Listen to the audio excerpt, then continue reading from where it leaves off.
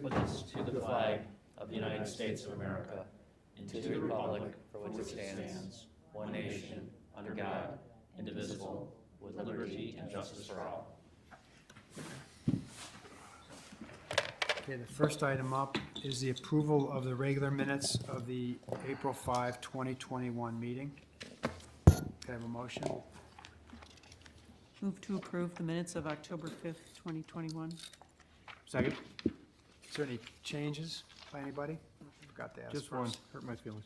You got it. She got it. She got I it. got it. Okay, anything else? Nope. Roll call vote? Trustee Postma, Aye. Trustee Harlow, Aye. Trustee Stifler, Aye. Trustee Burns. Aye. Trustee Banky. Aye. That brings us to President's report. As the trustees will remember, at the last meeting, we had the issue come up of residents being compensated for property damage for flooding relating to Tollway's expansion of 294. And it appears at this point that progress has been made. The contractor, Walsh Construction, is meeting with residents to discuss their claims.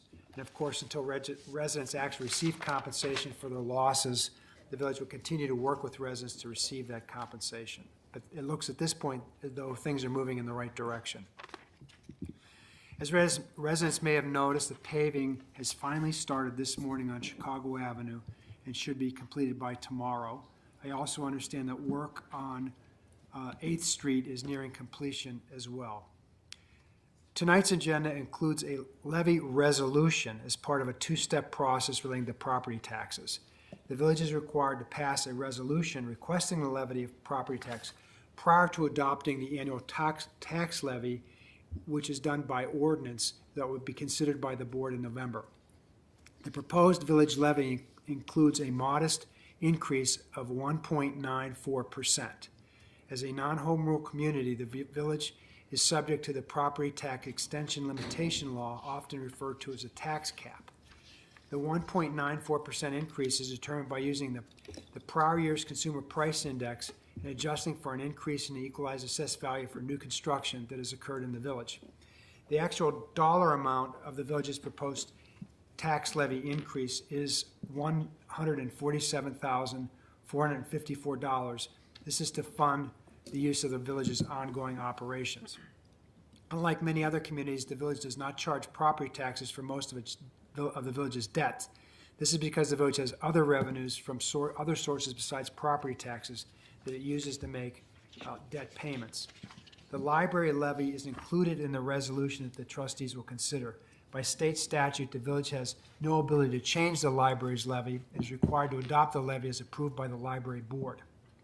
The amount of the proposed resolution is $11,100,926, and of that, $7,762,790 relates to the village's proposed levy, and included in it is the library's estimated levy of $3,338,136. On the coronavirus front, the Illinois Department of Health is reporting DuPage's 7-year rolling average positivity is at 2.6%. As of today, Hinsdale Hospital reported that there's one person under investigation for COVID and 2 people in the hospital with COVID. As of October 18th, the DuPage County website is reporting 1,846 cumulative cases of COVID, up 19 since my last report. As of October 18th, the Cook County website reports for the village portion of Cook County 235 COVID cases in Hinsdale, which is an increase of 5 since my last report. And that takes us to citizens petition. You here for a matter or not? You're here for an agenda item. Oh, agenda item, okay. Okay, that takes us to first read. Matt, I guess you're up first. Yes, item 6A, this is a first read, and Tom just talked about that a little bit in his opening comments. It's to approve the 2021 property tax levy of $11 million, $100,926. As Tom said, we're allowed by statute to increase the levy by the lower of CPI or 5% plus new construction. So, so when we're figuring out what CPI is, we look back. So the CPI as of The end of 2020, believe it or not, was 1.4%. That may be hard to believe in the inflationary environment that we're in right now, where people are saying inflation's maybe 5%, but that is our cap for this year. Presumably, if this inflation were to keep up as of the end of this year, that will show up in the amount that we can increase in the 2022 levy. But for this year, it's 1.4%. Our estimated new construction is $14 million. That's an estimate, but that comes up. And Andrea, I had in my notes that the total increase when factoring in CPI and the increase in new construction was 2.11%. Am I getting that right? The village's increase is 1.94%.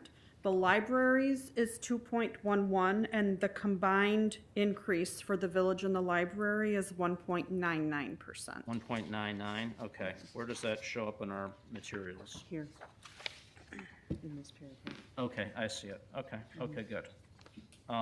So why don't I just go over the components of the levy just very briefly. One required part of that is the police and fire pension contributions, which are based on actuarial studies and required by Illinois law. For the police pension, it's $646,524. That's actually a decrease from last year's funding of a little over $6 million. And then for the fire pension, the required funding is $1,141,607, and that also is a decrease of about $26,292. Most of that is subject to the statutory cap, but there's a small portion of that, about $57,000, that's exempt from our cap. In addition, debt service is another component of that, but a lot of that is already covered by revenues that have been pledged separately. So the net amount there for debt service is $167,976.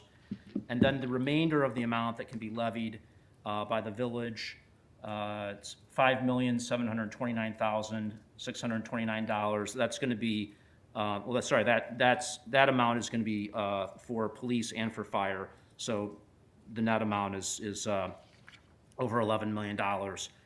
There's also a contribution that's outside the cap to Gateway, which, as you may remember, is our special program for the handicapped that's exempt. It's about $79,000. And then, as Tom mentioned, we include in that number the library, which we technically don't approve. That's the library board, which is a separate elected body that approves that. But for purposes of this levy, we're basically just increasing their levy from last year by the same amount that we're increasing ours. So that's again about $3.3 million. Total again is $11,100,926. Any questions? So the library amount is included in the 11 million? Yes. Okay. And that'll get adjusted depending on what the library board actually approves. But we're assuming, consistent with historic practice, that they're going to increase it by the maximum amount that they can increase it by. Okay. Other questions? Then that'll be a second read at our next board meeting in Yep. November. Luke? Yeah, which moves us to agenda item 6B. This is on the agenda as a first read. However, since this is for a referral to Plan Commission, we can vote on the referral this evening. The matter is for a change to our zoning code for R1, R2, R3, and R4 residential districts, specifically for side and rear yard regulations for accessory structures, primarily garages. This request has been made by a local architect and a resident, and the staff believes that this request would be better for homeowners and would not have any unintended consequences. The request would amend section 3-110I9 and allow for garages to be set 2 feet from the side yard property line when the garage is in the rear 25% of the lot versus the current requirement the garage be located in the back 20%. So right now, there's various parts of our code that encourage detached garages in the back portion of the property. One part of the code that encourages detached rear garages is to allow for a 2-foot side yard setback versus requiring the side yard setback to be equal to what the house is. So as you pull into a house that has a rear garage, typically you're going down the driveway and it's straight, you pull into the back garage. That's because the house typically has a 6 to 8 foot, sometimes greater side yard setback, but the garage only has to be two feet off. I'm saying yards, I mean feet. And that is, if the garage is set in the back 20% of the rear property line, it allows for that 2-foot side yard setback on the garage. The problem that we've run into in the past is that when there's a vacated alley on the rear portion of the property line, typically and it's sold to the property owner, the village requires an easement to run through for that back part of the alley. And with that then, with the easement, the property owner can't build the garage all the way back. And when you combine that, typically what is a 7.5-foot easement with a standard 22-foot deep garage, you can't put the entire garage in the rear 20%, which would require the side yard setback then to be equal to the home. And you run into that problem where you're pulling down the driveway, then you gotta move to the garage, which is in the back. You know, to give you an understanding, there have been 9 variance requests from the ZBA for this particular issue. Not that this should have an influence on our decisions, but for as a data point, all 9 of those variation requests have been approved. And they were all alley vacations? To my Just to confirm, there were 9 requests going to the ZBA for variations specific to side yard setbacks for garages, but they weren't all necessarily due to a vacated alley behind the garage. Okay. Do you know how many of those were for an alley? I don't offhand. I know it was more than 2 Okay. specifically I think it tied to depends on alleys. what part of town that was in. Totally. Like in the southwest portion, it's probably always the alley vacation that is gonna prompt this whole discussion. And whereas other parts of the town, I don't think that's true. Yeah. So were all the ZBA requests granted? Did you say that? All 9 were granted, yeah. Right.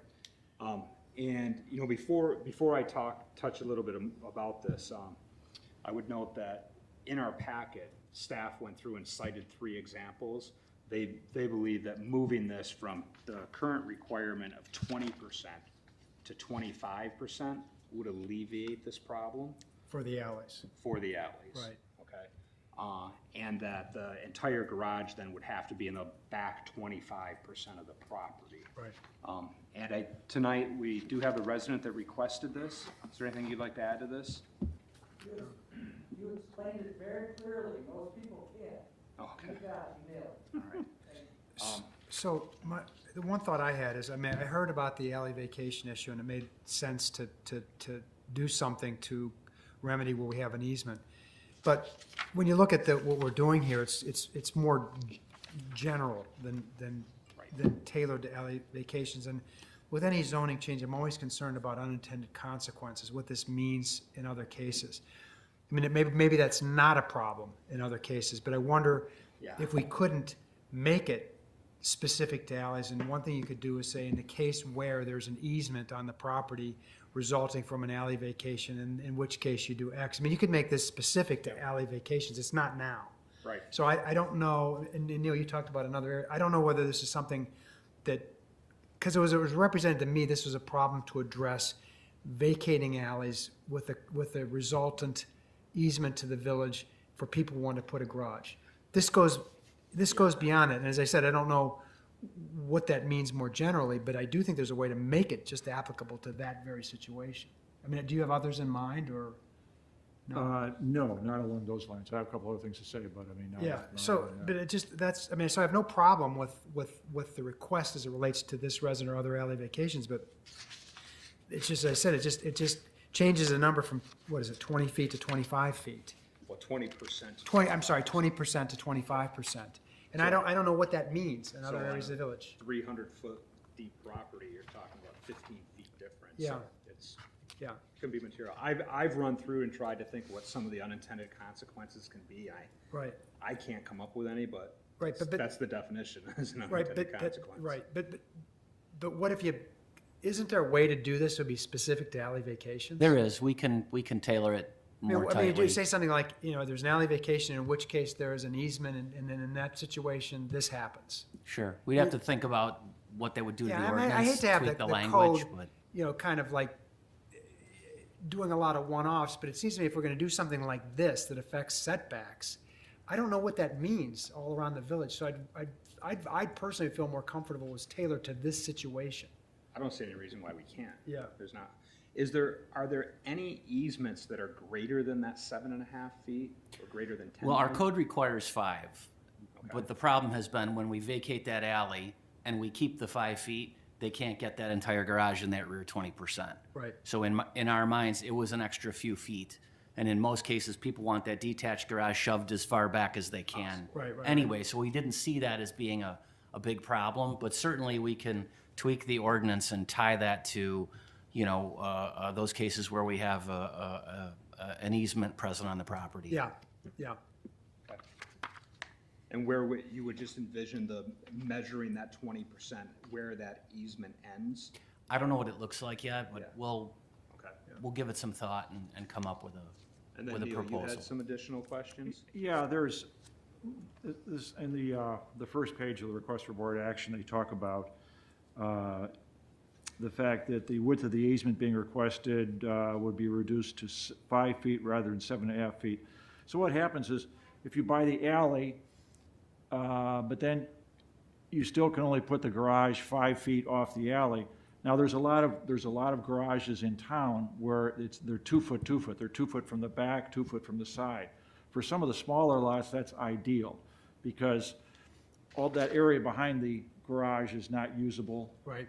And if you make it 5 feet, see, now that's like 100 square feet that's not usable. You can't put a swing set back there or anything like that. So I understand there's a situation with, if there's an overhead easement or there's water lines or something like that, but I just want the regulation to continue to allow the 2 foot, 2 foot situation. But we Now, won't- it says it in the regulation itself, but it's a little ambiguous in this, the front page of the RBA. So the 5 foot that's in place now comes from our subdivision regulations. So, and the 5 foot is a specific number. Engineering has historically asked for more than that when we've vacated these alleys. In fact, I think that historically they've asked for an easement over the entire half of the alley.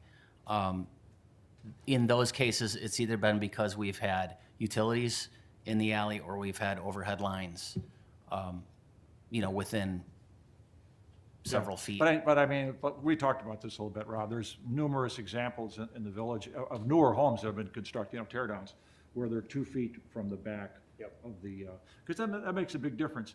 Being able to put the garage all the way back there, when you're coming to park in these new houses, when you drive up the driveway, you have to turn to get into the garage. But if You need all the room you can get. If I understand this correctly, with the easement, you're not gonna be able to put it 2.5 feet off, 2 feet off the property line in the rear. Right. Because they need that That's why easement it's an to have easement. that Right, access. right. No. But Why I'm would just you saying, buy there's garages all over the place in town that are like that. And So you're proposing something broader than just relating to the alley vacations?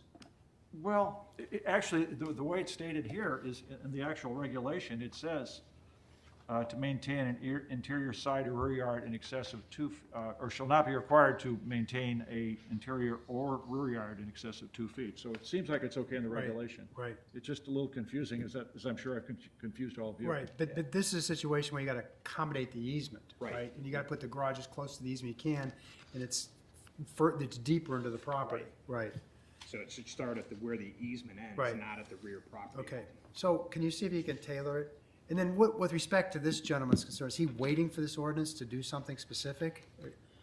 No, No. it's just been a problem that I've run into. Okay, all right, you don't have somebody breaking ground or something, so, okay. Okay, okay. Dan, do you see what I mean by the 2 feet versus 5 feet?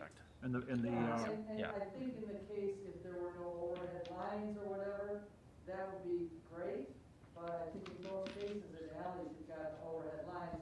So personally, I'm not advocating that garages be built in those easements, yeah, in that, I'm just saying, the way it is now, you only end up 18.5 feet to put a 22-foot garage in. right, sure, I understand that. By the way, all those garages that I talked about that are 2 feet off the rear property line, there's overhead lines too. Yeah, so, I mean, it's not gonna affect me, but I'm just looking out for the I future think homeowner. the whole thing has evolved over the years, but Rob will figure it out. Yep. Yeah, okay. Why would you buy the alley if you couldn't build the garage all the way back? Increases your FAR. You take advantage of that additional square footage. You can build a bigger Of the house. Bigger house, okay, Yeah. got it, okay, And the other 75% of your yard is deeper, which is usable. got it. So there's another consequence to this, it just allows you to build a normal sized garage? Yes, Oh, yeah, yeah, yes. Otherwise, you couldn't. Otherwise you couldn't. I mean, Right, It seems right. like it makes sense, we're allowing people Right, to. exactly. They've made an investment, let them build a normal sized garage. Exactly, exactly. But I agree with President Colley on that, if we can get that so it's measured off of where the easement ends. And then, just to be clear though, Neil, I think it's gonna be 2 feet off of where the easement ends, not from the rear property line. Right. It would, you'd be able to start the garage at the edge of the Yeah, easement. you don't even have to So be 2 instead of foot 2 off. feet, it'd be Start 5 at the end feet. of the At the end easement. of the easement, Yeah, okay. right, you don't need to have that Okay, off, yeah. Yeah, When you do that, you'll have a lot of unusable space behind the garage, I'm just saying. right, but in the case of an easement, it's supposed to be unusable. Yeah, I mean, that's why it's an easement. I know. Right. Drive around town, look. Yeah. I'm the first one to acknowledge there are detached garages directly under ComEd lines all over town. I'm not sure what happened, Yeah. 20 years ago plus, but ComEd Right. brought it to our attention. There are some OSHA requirements that garage, that roof be 10-foot clear around any of those ComEd lines. It's part of the reason that when we looked at our subdivision regulations and found that 5-foot easement requirement, we said that's a perfect number. We kind of split the baby, Dan Dieter and I. Dan was asking for full width, then he was down to 7.5. I said, how about we agree on 5? Because that's what our code says anyway, and he was comfortable with that. Okay. Nola contender. Okay. Just because the language is here important and there's no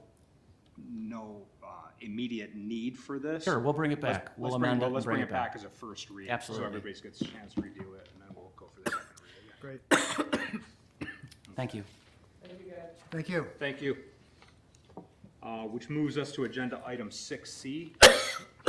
This also is a first read and is simply to renew an intergovernmental agreement out to June 30th of 2023 with the Hinsdale Township High School District 86 for the school resource officer, which is typically referred to as an SRO. The agreement details the responsibilities and obligations of each party and ensures that both parties are in compliance with federal and state laws regarding the SRO, specifically the rules and procedures. Besides reference to new legislation, there are no changes to this new agreement or IGA with D86. It's basically the same thing that we had in place for the previous 2 years. So, anything to add to that, Chief King? No, that's, again, a perfect synopsis. Questions? Consent agenda? Yep. Which moves us to agenda item 6D. And this is an ordinance to install two-way stop signs at 3 uncontrolled intersections.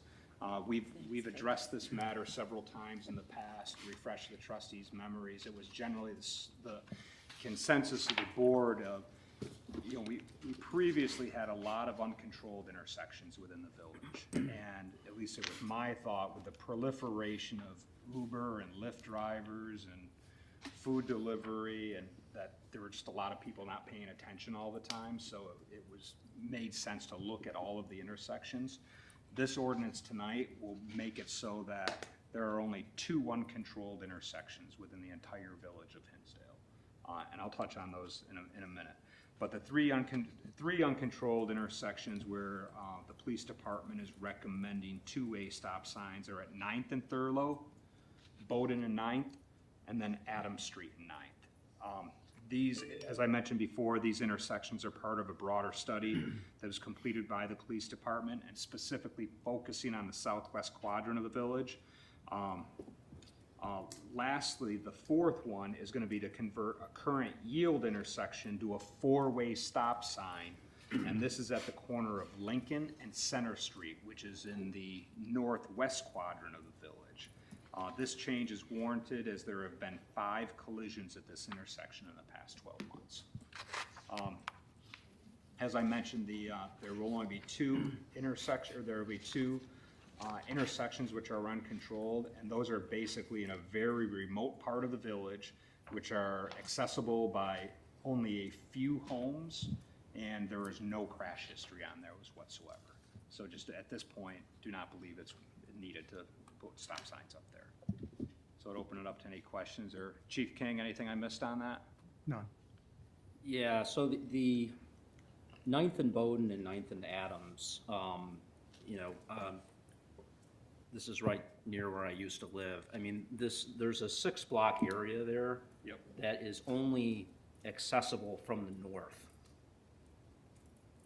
55th is blocked off, and then there's Mellon Park on one side, and on the other side, the street doesn't go through, so there's very little traffic.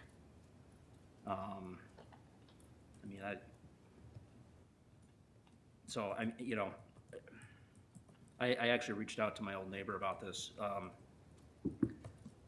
There's 2 houses on either side of the street on each of these blocks, and actually on Bowden, between Bowden's where it doesn't actually go through, so there's like 2 houses on the east of Bowden. Before it goes up to 83.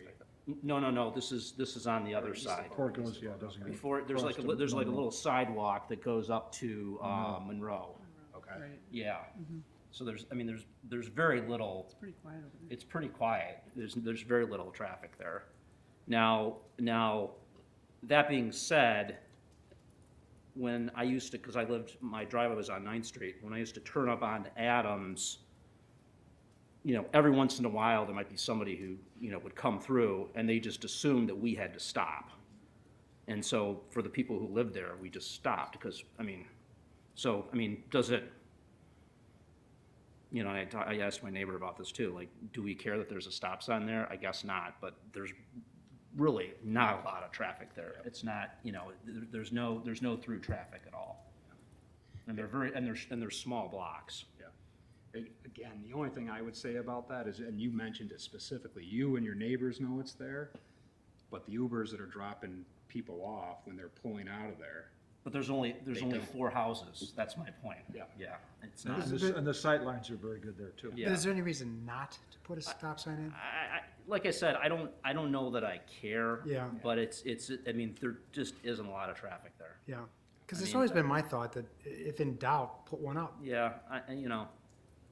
Like I said, I used to live at 9th and Bruner, which is just the street that's west of Adams, and I talked to my neighbor who lives at the corner of 9th and Adams, and both of us sort of felt the same way about it, which is, Ambivalent. we always stopped, so I guess maybe then it's okay to put a stop sign there. Yeah, But they're just, Right. you can see it from the volumes. There just isn't a lot There's going on yeah, out there. there's Yeah.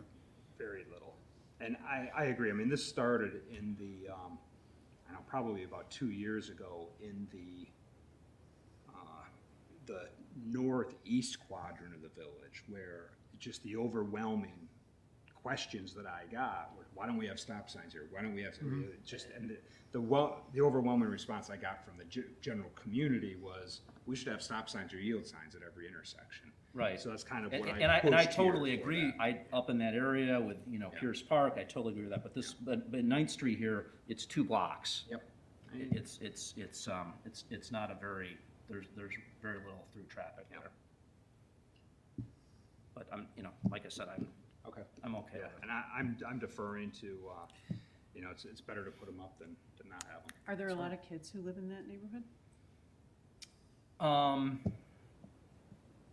I mean, it obviously depends on who's living in those 4 houses, right? I mean, so, yeah. Right, There can there will be in 10 years if there are. Yeah, Yeah. right. Well, I mean, now- because- Now there are, yeah. Ultimately, putting the stop signs in is just a traffic calming Right. mechanism. People won't drive quite as fast down those blocks if there's But a stop sign in the middle. people don't drive, because it's only 2 blocks anyway, people come down Adams and Bowden and Bruner. Those are the, and the only people that turn into, you know, Ninth Street are people who are going to one of the houses on Ninth Street. Mhm.